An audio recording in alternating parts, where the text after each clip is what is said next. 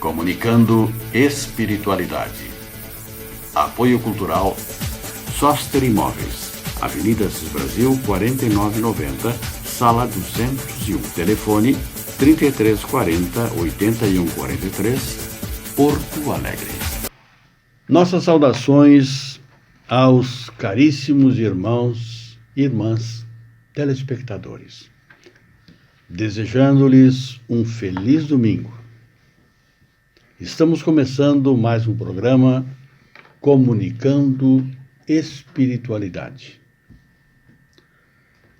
Professor, para a sua saudação inicial. Os numerosos vícios a que nos mostramos propensos constituem índice de grande imperfeição moral. Por isso nos colocou Deus no mundo ingrato, para expiarmos aí as nossas faltas, mediante penoso trabalho e misérias da vida, até que tenhamos conseguido ascender ao mundo, a um planeta mais feliz. Esse é um trecho do Evangelho segundo o Espiritismo, capítulo de número 3. Há muitas moradas na casa de meu pai. Item 13, que fala em mundos de provas e expiações. Bom dia. Irmão Marcos. Bom dia, professor Odimar, professora Zambuja, bom dia aos nossos amigos telespectadores. Eu trago uma frase de Divaldo Franco, que diz para que nos sirva de exemplo, é necessário que a reparação tenha lugar nas mesmas condições em que o mal foi feito. Bom dia. Meus irmãos, minhas irmãs, este é o caso narrado no livro O Céu e o Inferno, segunda parte, capítulo 8. Expiações terrestres, e o protagonista chama-se Zimmel Lisgol. Era um pobre israelita de Vilna, morto em maio de 1865. Durante 30 anos, mendigava de salva na mão. Por toda parte na cidade, seu grito era conhecido: lembrai-vos dos pobres, das viúvas e dos órfãos. Durante esse tempo, Lisgol reunira 90.000 rublos, mas não guardou um único centavo para si. Aliviava os doentes que ele mesmo tratava. Pagava o ensino dos pobres, das crianças, distribuía aos necessitados os comestíveis que lhe davam. A noite era dedicada à preparação de rapé. É usado para inalação e provoca espirros às vezes, que o mendigo vendia para se sustentar. O que lhe sobrava pertencia aos pobres. Zimmel era sozinho no mundo. No dia do seu enterro, uma grande parte da população da cidade seguiu seu cortejo fúnebre e as lojas fecharam. Professor, sua manifestação sobre esse texto. Bem, nós estamos aí diante de um caso descrito, narrado no livro O Céu e o Inferno. É daquelas questões, daqueles casos que são extremamente importantes na medida em que eles nos proporcionam o exemplo, o fato concreto, para que nós entendamos bem e claramente aquilo que nós estamos estudando. Então nós temos hoje, efetivamente, um estudo de caso. O caso de Zimmel Lisgol, e que, na realidade, é um caso de uma expiação terrestre. A história dele é uma história bem complexa, que tem as suas raízes no passado e que nos leva à compreensão do porquê sofremos. A razão pelas quais ele enfrentou o que enfrentou. E nós, diante dos fatos da vida, geralmente reagimos acusando a Deus, chamando-o de injusto. E o que se faz perceber, esperamos pelo menos, e essa é a minha expectativa ao final do programa, é que a análise do conjunto, ou seja, observando várias encarnações, no caso aqui 2 encarnações, nos permite a compreensão do todo. Então vejamos bem Ele passa por uma expiação muito difícil, muito complexa, de miséria, de trabalho penoso, mas não se revoltou, não reclamou contra Deus. E a pergunta que a gente faz é: por que ele passou por esta situação? Por que ele era um pobre? Por que vivia com a gamela na mão, pedindo recursos, ajuda, né? Como mendigo? Porque aquilo que ele juntava distribuía para os outros pobres? Porque passava na rua gritando: lembrai-vos das crianças, das viúvas, dos órfãos? Isso durante 30 anos. Junta, como o texto narrado nos diz, uma quantia de 90 mil rublos,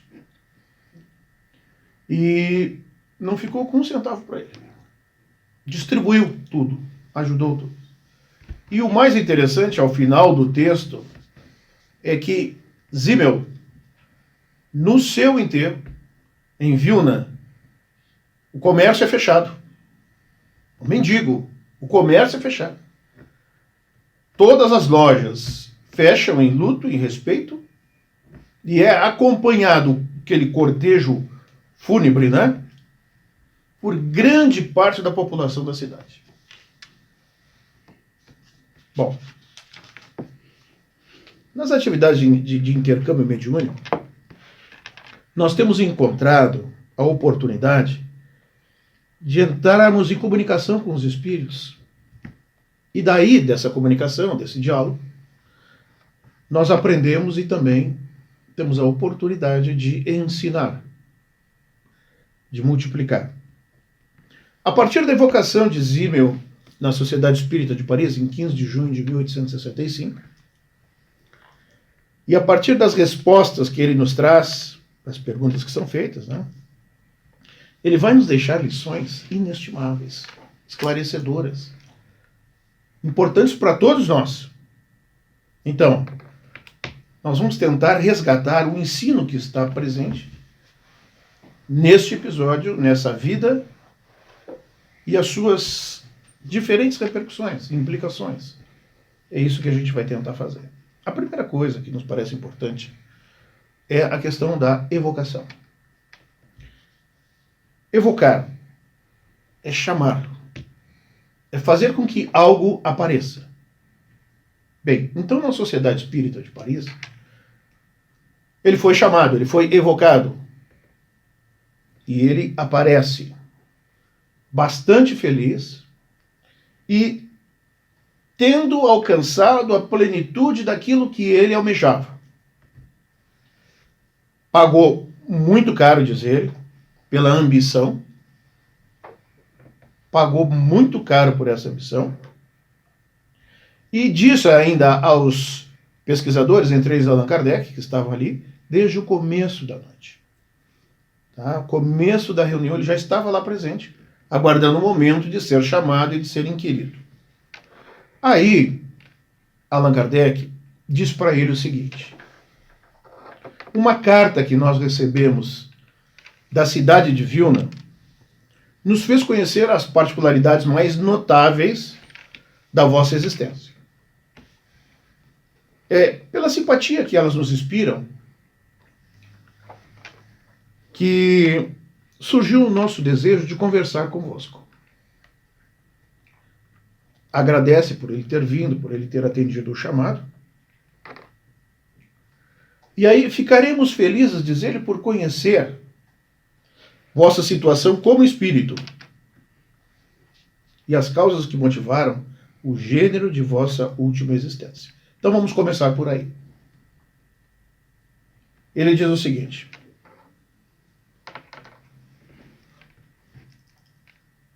concedei ao meu espírito, isso diz o Zimmel, né?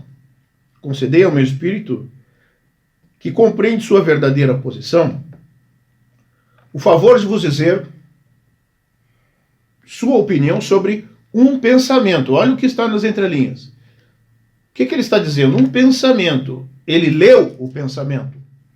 Olhem a comunicação dos espíritos que se dá mente a mente pelo pensamento. Ele leu um pensamento de alguma pessoa que estava na reunião. Esse é o primeiro aspecto. Peço vossos conselhos se ela, a minha opinião, estiver errada, diz ele. Vós achais singular que a manifestação pública tenha tomado tal desenvolvimento para prestar homenagem a um homem de nada. Ele era um mendigo, um homem de nada, diz ele, que soube pela sua caridade atrair para si tal simpatia. Não há nada nisso de espantoso, diz ele. A força da pressão moral que a prática do bem exerce sobre a humanidade é tal que, por mais que sejamos inclinados, sempre saudamos o bem, a despeito da tendência que temos ao mal. Bom, feito esse preâmbulo, feito naturalmente as apresentações, os agradecimentos, e ele assumindo essa posição de humildade, vamos entrar agora num detalhamento um pouquinho maior da questão. Exatamente assim. Causas que motivaram essa questão. Irmão Marcos, suas considerações iniciais sobre este caso que estamos analisando. A partir desse momento, a gente passa a verificar quais são as causas pelas quais esse cidadão veio a ter uma existência na mendicância, né? E ainda assim praticando a caridade, doando tudo aquilo que ele tinha.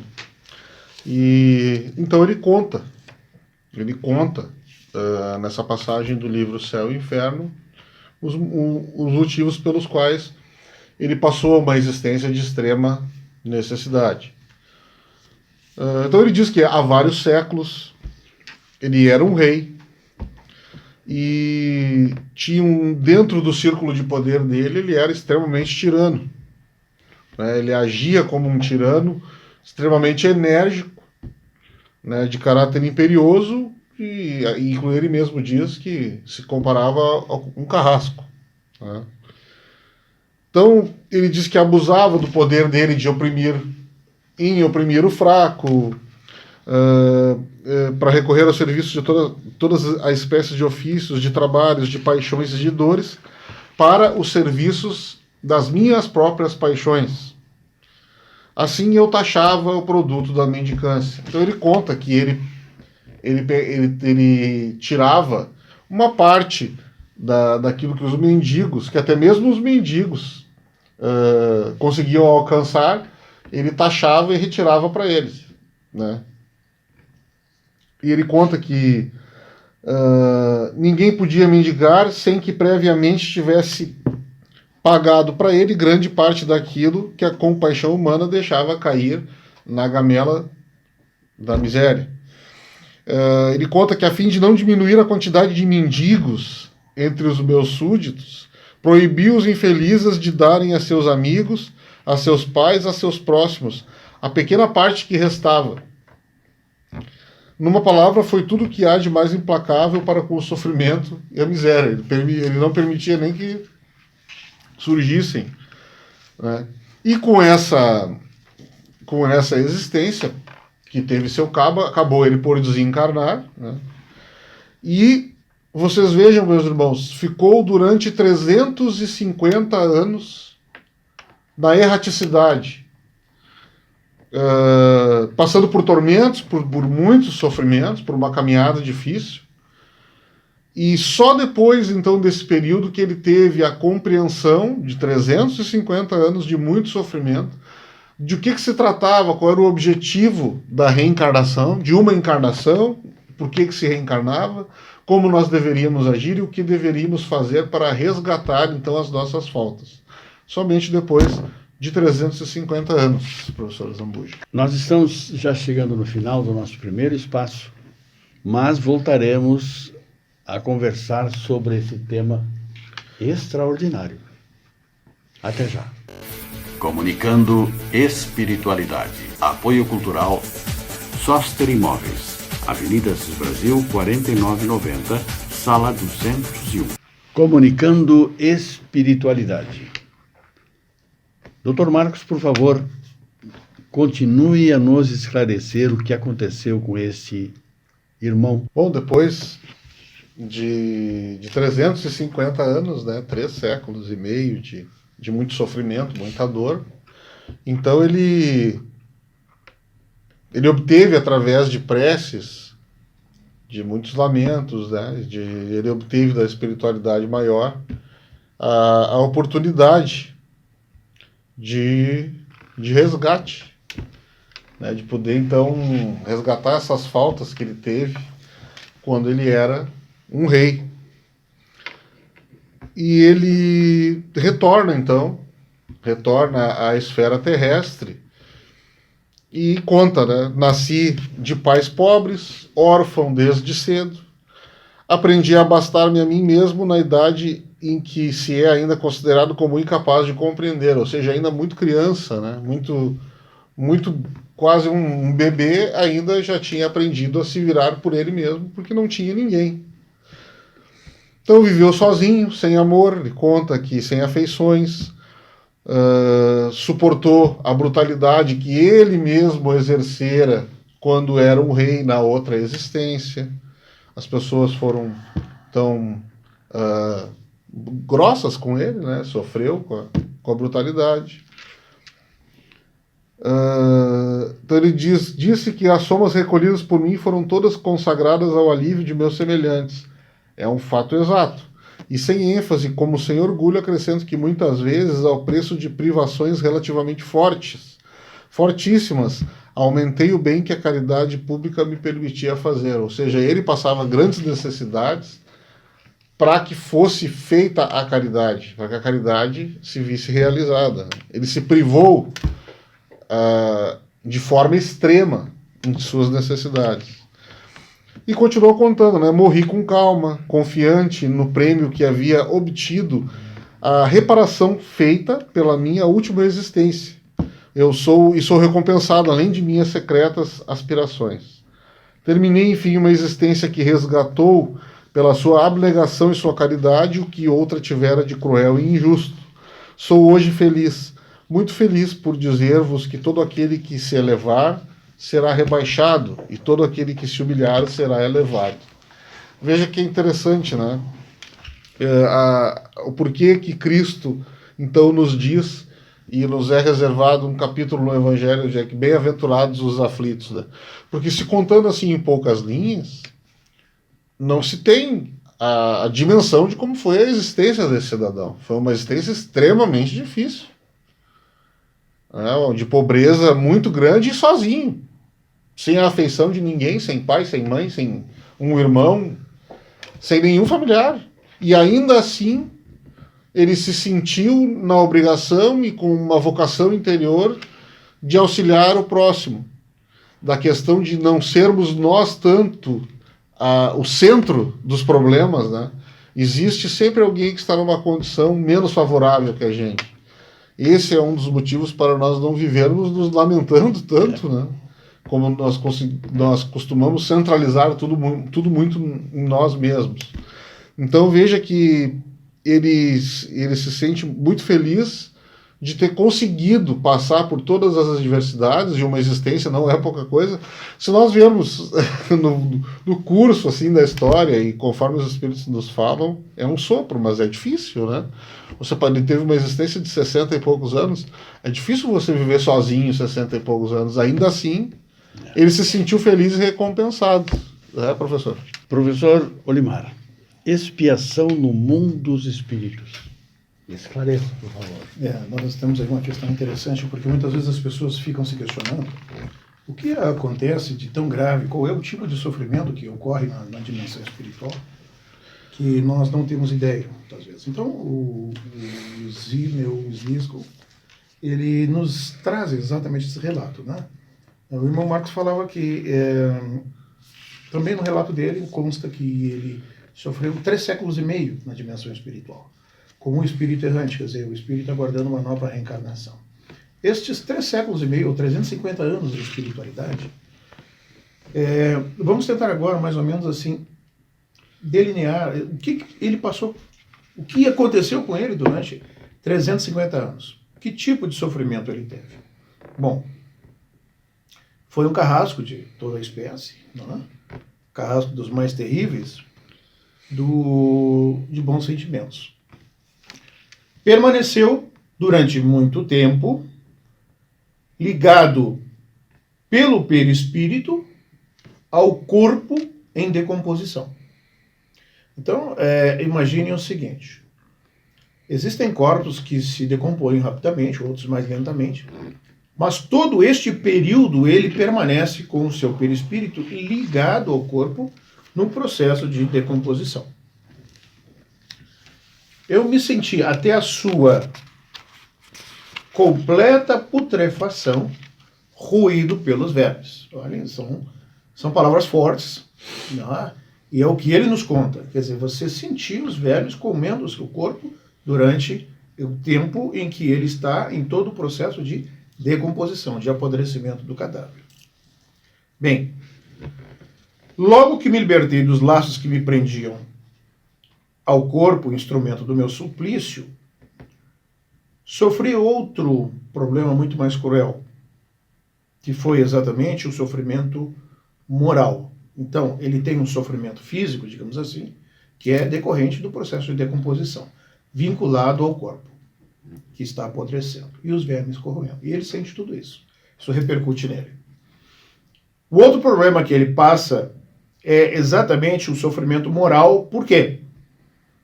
Durou muito mais tempo que o primeiro, e ele foi posto na presença das suas vítimas, daqueles pobres mendigos, daquelas pessoas que ele roubava, que ele prejudicava, que ele causou danos. Convivendo ou vendo essas pessoas constantemente, imaginem como foi terrível esse tipo de sofrimento para ele. A justiça aqui, de certa forma, às vezes promove esse reencontro, né, do condenado com a vítima, ou os familiares da vítima, cara a cara. Né? Quão terrível é a visão constante daquele a quem se fez mal. Então nós temos um pequeno exemplo, e ele destaca isso. Isso é muito interessante. Isso é para a gente ter um dado um pouco mais concreto sobre o que ele passa na dimensão espiritual. Nós temos falado muitas vezes com relação à questão do suicídio, né? E aqui nós estamos falando em função da questão de uma vida moralmente totalmente equivocada. Tá? Bom, ainda há uma outra questão aqui ainda. Ele foi um judeu. Por que ele reencarna como judeu? Um judeu mendicante. Ele não escolheu, mas ele diz que teve a indicação dos seus guias para tomar essa decisão. Então ele reencarna como judeu para dar um problema maior ainda, aquele resgate, aquela expiação. Nós estamos falando de um caso concreto de expiação. Tá? Então ele acrescentava a humilhação à sua expiação. Por quê? Porque em certos países, a maioria dos encarnados, né, eles, de certa forma, desprezam os israelitas. E particularmente, os judeus mendigos. Então, observem bem, depois de 350 anos passando isso, ele toma a decisão e pede para reencarnar.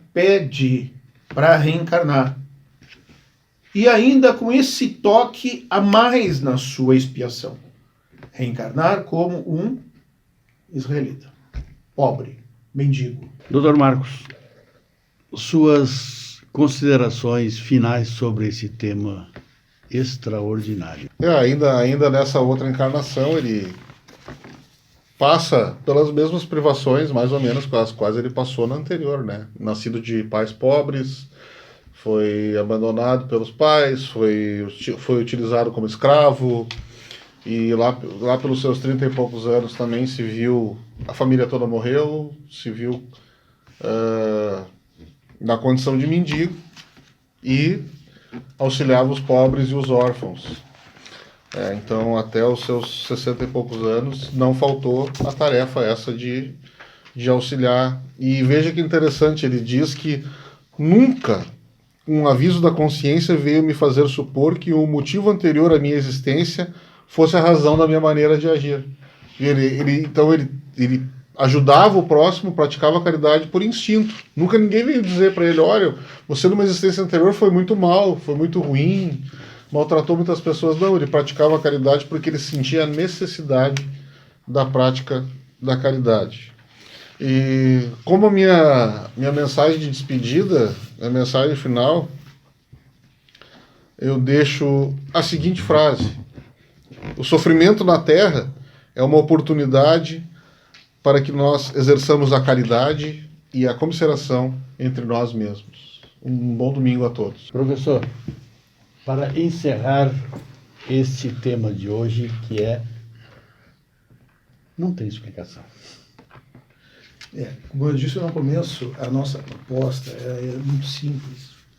É que a gente amplie um pouco a visão, porque é exatamente isso que o Espiritismo faz. Amplia o nosso campo de visão. E ampliando a nossa visão, nós vamos considerar agora, como fizemos anteriormente, duas reencarnações diferentes do mesmo Espírito. E aí a gente começa a compreender a justiça divina. Então, a mensagem final que eu quero deixar a vocês é a seguinte: expie as suas faltas, sem reclamações. Você ignora, ignoramos a dimensão das nossas faltas pretéritas. Bom dia a todos. Tenhamos um excelente domingo, uma ótima semana, e domingo próximo estaremos novamente com os senhores e com as senhoras aqui. Bom dia.